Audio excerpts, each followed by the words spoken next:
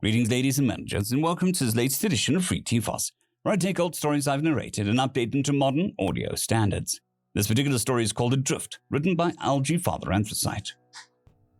The space between the stars was empty, in the most literal sense.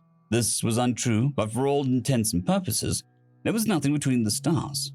Maybe some dust and gas, or the occasional rogue asteroid, maybe even a stray planet blown out of orbit by a dying star's last gasp. But, by and large, nothing. For that reason, almost no one spent time traveling through interstellar space, preferring instead to use slip space, warp space, wormholes, or a good old dimensional shifting to get from one system to the next. Why bother floating through the vast nothing when you could fire up fusion cores and bend, warp, jump across, or punch a hole through from one place to another? Almost no one. There were savants who were looking for a niche little getaway, spending several months on what was essentially pleasure cruises in the placid waters of nothing. People who wanted to get from one place to another without being detected and monitored by the traffic governance systems that kept wormholes from colliding, warp spaces from subsuming each other, and slip space relatively free from debris from smashed ships. And humans. Humans loved superluminal travel. They had warp drives and slip space engines, and even a Nurgle compensator for wormhole generation. But to them, nothing was cooler than powering up a singularity motor and using the mass of 1,000 star systems to gravity slingshot right past Einstein's theories and try to rip a hole in the fabric of the universe with mass and acceleration.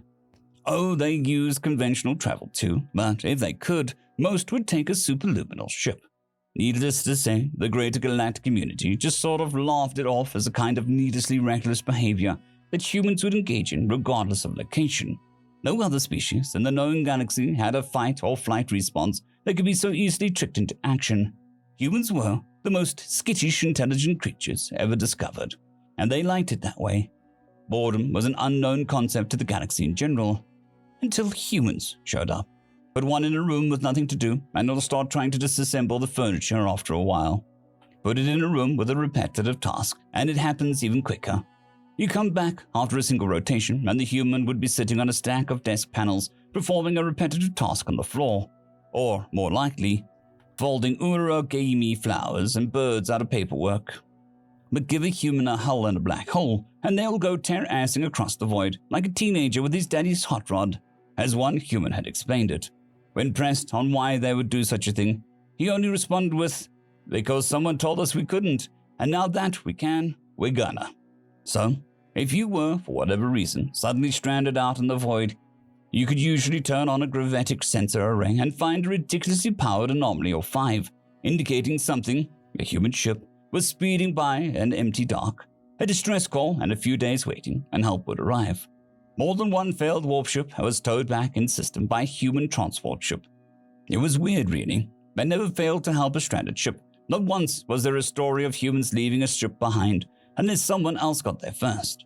Usually, they showed up anyway to check to see if there was any way they could help, offering supplies or equipment to aid in recovery. Ted was sitting on the bridge, watching the screens.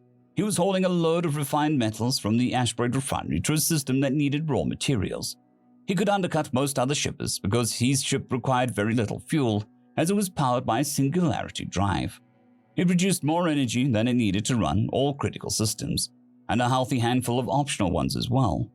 All he really needed was food and berthing fees. Sure, it took a week instead of a day, but the savings more than offset the delay.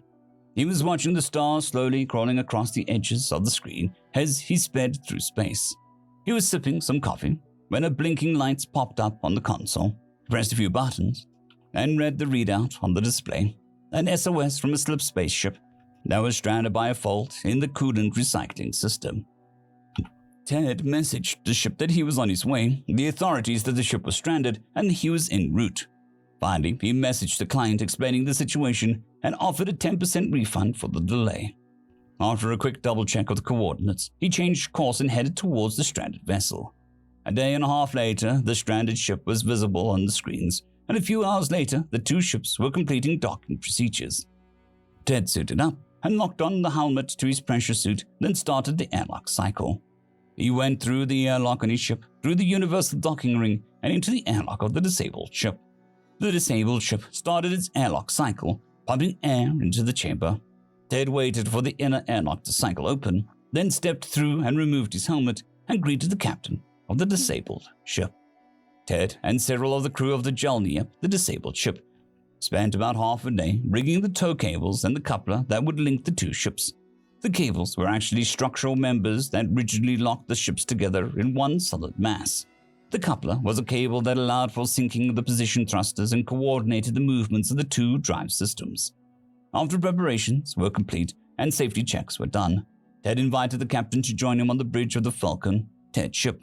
Horus, a bastardization of his actual name, unpronounceable by humans, accepted. Ted eased the ship towards light speed, gently ramping up the speed over the course of a few hours to shake out the cables and make sure that there were no issues. Once they were sure everything was working, Ted accelerated the ship to superluminal speeds. Once they were at cruising speed, Ted asked Horus if he would like a beverage, coffee, water, hot cocoa with marshmallows. Ted was raised right after all. After getting some beverages and settling into the command console, Ted and Horus started having the same conversation captains of ships everywhere had. How they got started and what was the wildest thing that ever happened. They spent a few days keeping each other company and then monitoring the ships, making idle chit-chat and becoming friends. On the last day before making port, after a long evening of ribald tales of shenanigans, they sat for a few minutes in silence, watching Sigma 9D, the star of their destination planet. So tell me, Ted, why are you humans always using superluminal transport? Why not something faster and more reliable? Horus asked, munching a marshmallow from his mug of cocoa. Oh, well, I don't know. I suppose we like the way the stars twinkle as they pass across the screen, Ted chuckled, and sat in silence for a few minutes. There's a lot of old sailing tradition on Earth, it being mostly covered in water. When a sailor left port, his family would light a candle and keep it by the window as a way to light his way home. They would replace the candle whenever it burned down and keep it lit every night he was gone. Sitting in a ship in slip space or inside a warp bubble, everything is covered in plasma. You can't see out. Dimensional shifting is like moving from one room to the next. But superluminal, you can take your bearings from the stars and just cruise. Just like the original sailors. You can watch the star get closer. Ted pointed to the star slowly growing larger on the screen. The stars are like beacons guiding you to your destination. Like the stars themselves are calling you home. End of story. I'd quickly like to thank the T5 peeps. Cold War Boomerwaffen, Severin Cerberus, Bushmaster 177, Henry the Red, Caspar Arnholtz, Cold War Boomerwaffen, Elijah Silvercross, Dragzoon WRE, and Severin Cerberus. Thank you very much.